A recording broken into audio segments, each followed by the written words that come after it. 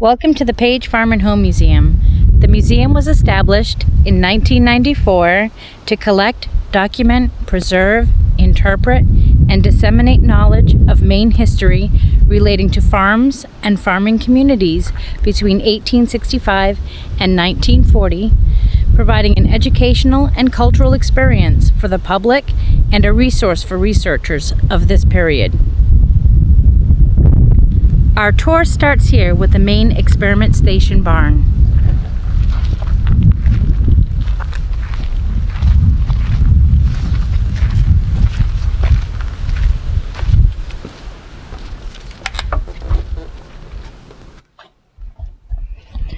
Colonel John Goddard built his farm on the Stillwater branch of the Penobscot River in 1833. He sold the farm to Nathan Frost in 1852. This Frost farm, so-called, was one of two farms purchased by the towns of Orono and Oldtown in 1866 and given to the state by warranty deed for the State College. In 1867, the Frost farm was renovated and occupied by the college's first faculty member and second president, Merritt C. Fernald. The farmhouse, now called Crosland Hall, is still being utilized by the university as home to the Franco-American Center and several other university programs. In 1885 and 1886, the Goddard barn was carefully deconstructed and reconstructed on the site of the college farm and fitted for stock raising. The Maine Experiment Station began operations at this time, and a part of the recently reconstructed barn was turned over to the station. The Experiment Station barn remained part of the college farm until 1972, when the dairy operation relocated to the current site of Witter Farm. In 1987, the barn was scheduled for demolition. By this time, a museum committee had formed to establish an agricultural museum on campus. Under the leadership of Win Pullen, Win Libby, and Ray Fogler, the committee was able to save and restore the barn and establish the Page Farm and Home Museum. The museum is named for Edwin and Vesta Page, who settled in North Herman in 1898 by their son, Henry H. Page, who gave the naming gift that allowed the committee to move and renovate the barn as a museum. Now, let's visit some of the exhibits inside the Maine Experiment Station barn. Almost every small community in Maine had a general store. By connecting Maine's farm families to the economic markets beyond their personal reach, the town store enabled them to get the necessities and luxuries that could neither be produced on their own land nor obtained through trade with their neighbors. Farmers would often trade their products with the store owner, who in turn would either trade with others in the community or with the merchants that brought goods by wagon from the metropolitan areas of Bangor, Portland, and Boston. This two-way exchange of goods was called bartering, and it was widely used in Maine until cash became more readily available during the early 1900s. The use of cash created a one-way exchange of commodities, which enabled farmers and merchants to effectively store a tradable good, which is cash, for longer periods of time than ever was possible with perishable agricultural products. The store here at the museum is designed to give you the feel of going into town. The counters come from the Charles Hodgson store, which operated from 1820 until about 1912 in the East Corinth area. As you proceed toward the back of the store, you'll see a 1931 telephone on the wall to your left. When the Rural Electric Administration began extending electricity to rural areas in the 1920s, the telephone was not far behind, and the general store was often the first place to offer such a convenience. The addition of a phone to the store was sure to increase business. People who were eager to try out the new contraption would travel to the store where they could receive messages from distant relations and pay the return call. If you look on the shelves that sit on the far wall, you can see the boxes of spices and other imports that would have been for sale.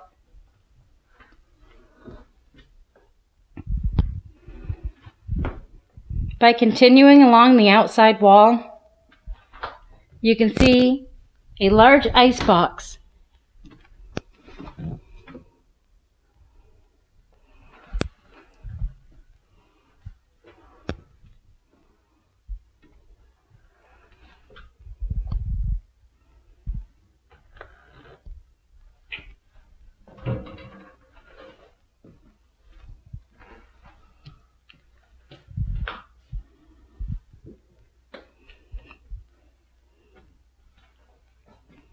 Here we see an American account register system which was used to keep track of accounts.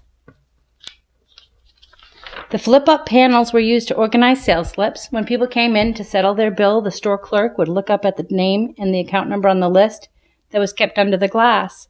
The clerk would then organize the sales slips and figure out exactly what the customer owed.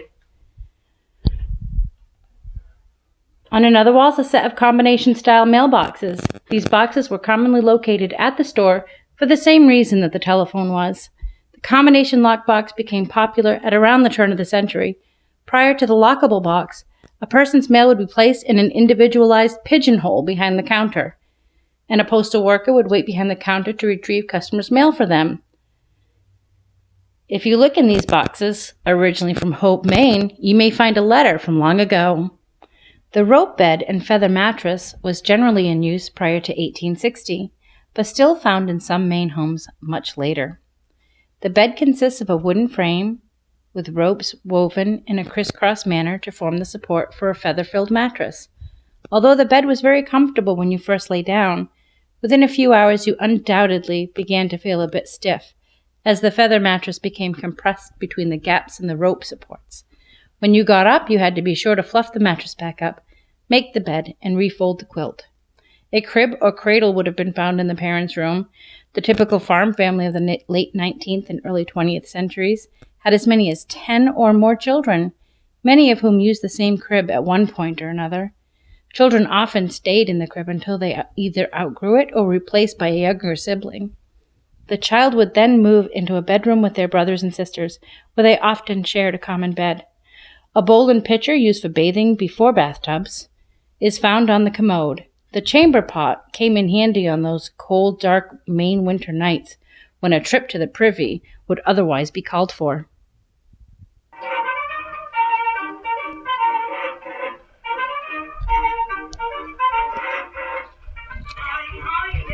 In the Victorian era, when a young man had an interest in a young lady, he asked if he could call on her.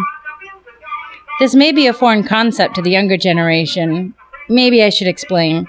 He didn't text message her. He didn't ask her for her phone number. He asked whether he could call on her at her home.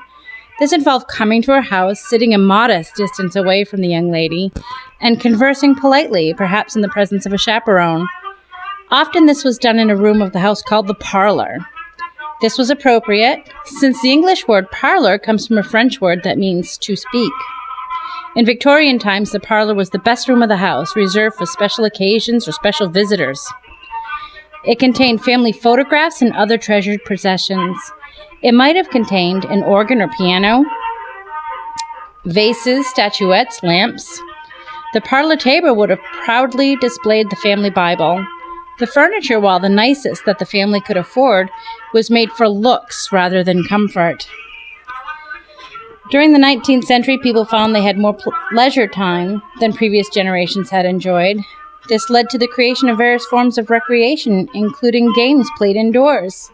Since these were often played in the family parlor, they became known as parlor games. Contrary to popular belief, an organ would have been very common in an average income household. The entertainment of this period from 1865 to 1940, especially in rural areas, would have revolved around someone's ability to play an instrument or sing. It was considered to be a great social advantage to have talent in one or both of these skills. The organ here was used to entertain the family with various songs. Later, the phonograph replaced this. In the warmth radiating from the parlor stove, a family would be surrounded by ornately carved furniture, which was not uncommon in farm homes during this time period. 19th century improvements in iron production would have made it possible to purchase a stove for a reasonable price. Iron stoves burn wood much more efficiently than fireplaces, which allow more heat to escape up the chimney. Brownie's Kitchen is named for a 1925 graduate at the University of Maine named Mildred Brown Schrumpf. Brownie grew up on a farm in Reedville Depot, Maine, and came to study home economics here during the 1920s. After graduating, Brownie began working for the Cooperative Extension Service as a home demonstration agent. These agents were women who traveled to outlying communities in order to demonstrate improved home practices to farm families. Through Brownie's travels, her skill as a home economist became well known throughout the state. When Brownie married Bill Schrumpf, a faculty member at the university, policy dictated that she could no longer work as a demonstration agent. Due to her reputation as a home economist, Brownie became a university home economics instructor. She later worked for the Alumni Association and even had appeared on television to promote Maine products. This kitchen is set up in a country style, combining the dining and preparation areas. A kitchen like this may have been found in an L or wing of the house, where windows on both sides of the room could be opened in order to quickly dissipate the heat created by the stove. This type of kitchen would have been used like a utility room in the house. Everything from warming up in the morning, washing the clothes, to bathing the children would have been performed here. Many of the artifacts in this room, such as the rocking chair, kitchen table, and many of the small items on the cupboards and tables, were used or collected by Brownie herself. She used some items, such as the wood-burning cook stove, during her career at the University of Maine. Brownie and her home ec girls, as she called them, even prepared meals for the university president on this stove. It was easy for her to remember as one day, during the preparation, someone knocked the evener off the pressure cooker and caused beet juice to cover the girls' starched white uniforms. In the back corner of the room, below the shaving cabinet, is a slate sink and iron hand pump. Before these pumps, water would have been hauled in from an outside source. Brownie's kitchen has running water, delivered via the hand pump. Due to the availability of slate from Monson, Maine, sinks of this material were common in Maine.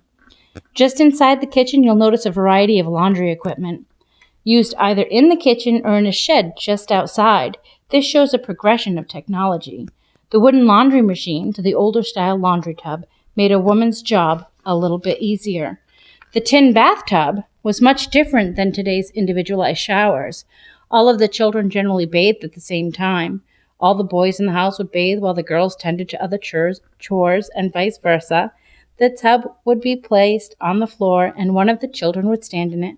Their brother or sister would usually eager to assist them by pouring a pail of water over their head. After soaping up, another pail of water would be applied to rinse them off. It seems safe to assume that there would have been some tense moments when a pail of cold water found its way into the hands of the family prankster. The kitchen also contains an ice box. Storing ice allowed people to preserve perishables without having to dry or salt them.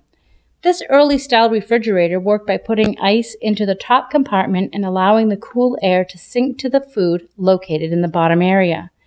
This technology required a constant supply of ice, and although winter harvesting from the Penobscot and other pristine Maine waterways became a huge industry by 1900, keeping it during the summer months could have been a challenge. We hope you enjoyed your tour of just a few of the exhibits in the Experiment Station Barn. There are many, many more, too many to show you in this first video. Visit our website later this fall, and you'll be able to access the rest of the exhibits in the Maine Experiment Station Barn. Now, let's go visit the schoolhouse. Welcome to the Harold and Marion Shute Schoolhouse. This one-room schoolhouse from Holden, Maine, was built in 1855 and used until about 1950. It's now in its third location. It was donated to the Page Farm and Home Museum in 1994 by the town of Holden. The school has two entrances, one for boys and one for girls. Boys sat on one side of the room, while the girls sat on the other. This is what a typical one-room schoolhouse would look like. The desks get bigger as you go back in the room. The teacher had to teach many different grades instead of just one, so the small children would sit in the front, such as the first graders, and as you got older, you would move farther back in the room. As you can see, there are no desks on the front. This is because the desks were made in a mold with the bench and desk attached behind. It was a more simple process to cast the pieces this way and made for more stable and inexpensive desks. Because there were so many grades in this room, the teacher never taught to the whole class. Instead, he or she would teach to small groups at a time. This way, the chalkboards are not in the front of the classroom. The teacher would take a small group to the back of the room and help them with the subject they needed help in. Also, The older children would help out the teacher by working with the younger children. It was a very interactive school. As you can see, a wood stove heats the school. Some families of the students paid for their children's education by supplying the school with firewood. Every family in the community paid a small amount of money for the teacher's salary and took turns boarding the teacher. The families that could not afford to pay money gave the teacher crops to trade for money or other goods at the general store. Teachers rarely had time to teach more than 3 subjects. The 3 subjects, or the 3 R's of early education, were reading, writing, and arithmetic. Most families were religious and wanted their children to be able to read because it was believed that a person who could read the Bible would become a better Christian. Good penmanship was also considered a valuable skill. Neat handwriting was thought to be the sign of a cultured person. Knowing how to write and cipher, or do arithmetic, was important for anyone who planned to become a farmer, storekeeper, craftsperson, or a miller. The early schools had only 2 books for students, the Bible and the primer. Much of the school day was devoted to memorizing and reciting verses from the Bible. The primer contained the alphabet, numbers, spelling words, and poetry. It was used by students who were beginning to read and write. Students then moved on to the readers. The readers usually came in sets of 6 and began with a primer. Each volume increased in difficulty. Children in a one-room schoolhouse advanced at their own pace. Welcome to the haying exhibit inside the Winston E. Pullen Carriage House. The traditional town or village center was surrounded by a patchwork of homestead farms. These farms focused on the concept of competency, not complete self-sufficiency, as barter and trade with neighbors figured into the mix. Exchange and interdependency of nearby farms and farm families allowed for these farmers to help each other in the hectic haying time, as well as at barn raisings and harvests. Haying was important as it was the way that the animals were fed during the winter. Hay was the main source of food for cows and horses. Hay was stored in the barn, along with other types of winter feed. Hay was cut and put in starting in late June. The Cooperative Extension Service periodically made recommendations to farmers in their bulletins, reminding conscientious farmers that early cut hay meant better milk production, as well as other important information on farming methods, animal nutrition, and crop production. Whether cut by hand or using a mowing machine, the cut hay was then air dried. It was important that the weather remained dry at this stage to ensure the nutrients remained in the drying hay. The hay was then raked into windrows to be gathered and placed by hand onto the hay rack using hay forks and hauled by horse-drawn wagon to the barn. In the barn, a huge grappling fork hooked to a rope, then ran over a pulley and attached to a barn beam was lowered onto the fully loaded hay wagon. This rope was pulled by horse, lifting a forkful of hay at a time into the hay mow, where it was spread out by hand. Many times the hay was spread and tamped down by the children, as everyone on the farm and many extra helpers had duties during haying season. Hay loaders were used to replace hand pitching, saving time and labor. Used together with the side delivery rake, the efficiency of the hay process could be made more efficient, even for an operation that was haying just 15 acres.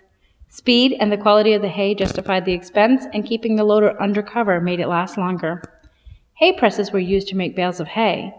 Baling the hay preserves the quality of the hay, stores it better, transports more efficiently, and leaves less waste when fed to the animals.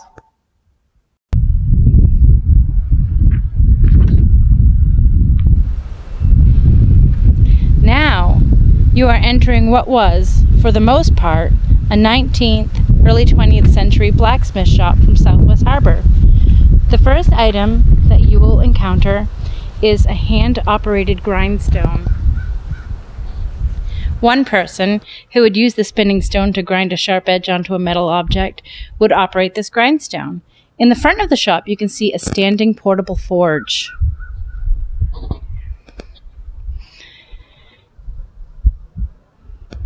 This type of forge was an improvement on the traditional brick forge, which had a tendency to cause fires and was not mobile. The hand-operated blower standing next to the forge was used to increase oxygen flow and raise the heat of the fire, When the coals were good and hot, the blacksmith heated the iron until it was red hot and malleable. He would then use his self-made tools on the back table and the hammer and the anvil at the front of the display to work and shape the metal. To cool and harden the red-hot metal, the blacksmith would then dip it in the water contained in the dowsing barrel. Prior to the Industrial Revolution, the blacksmith constructed anything that was made of metal. The blacksmith was a highly trained craftsman and was indispensable in the farming community. Although today we can cheaply buy mass-produced metal goods, they were extremely valuable during the 19th century. In those days, a new tool could only be obtained by special ordering through the blacksmith. The limited supply and high demand for iron often resulted in very high prices for any tool that you needed. For that reason, people were much less wasteful with iron than we are today. If an iron tool broke, they brought it to the blacksmith to have it repaired.